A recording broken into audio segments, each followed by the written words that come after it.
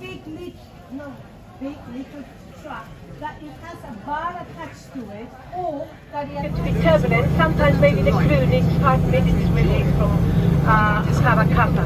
But there you are, we are now descending, so I'm going to be talking to you about how we fly the aircraft and make sure that we make it into the runway and we land at the right.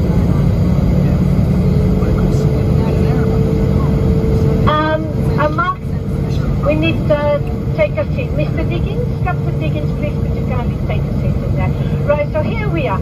So the air traffic controllers, that is 90, that's about 3. Let me go and tell the captain that we're all secure.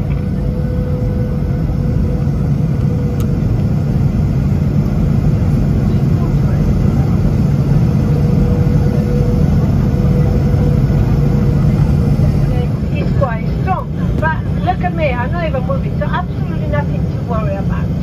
When we are about 160 knots slowing down, we'll bring the gear down. That's about 5 nautical miles to come.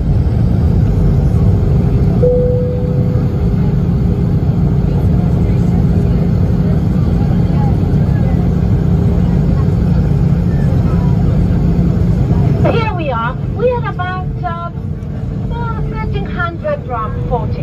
As when we get to about 50 feet, the aircraft that actually tell us the altitude, and I say it's 50, and we went to here, it's like a nice 50, 40, 30, and then we touch that. If we hear the 50, 40, 30, then that means, oh wow, that we maybe a little bit too fast, so we're always able to manage it. But it's a very, very nice, perfect landing. A perfect landing is at the right speed, on the right place. That is when it's good. And when it's windy actually, you can hear the engines revving a little bit more or a little bit less.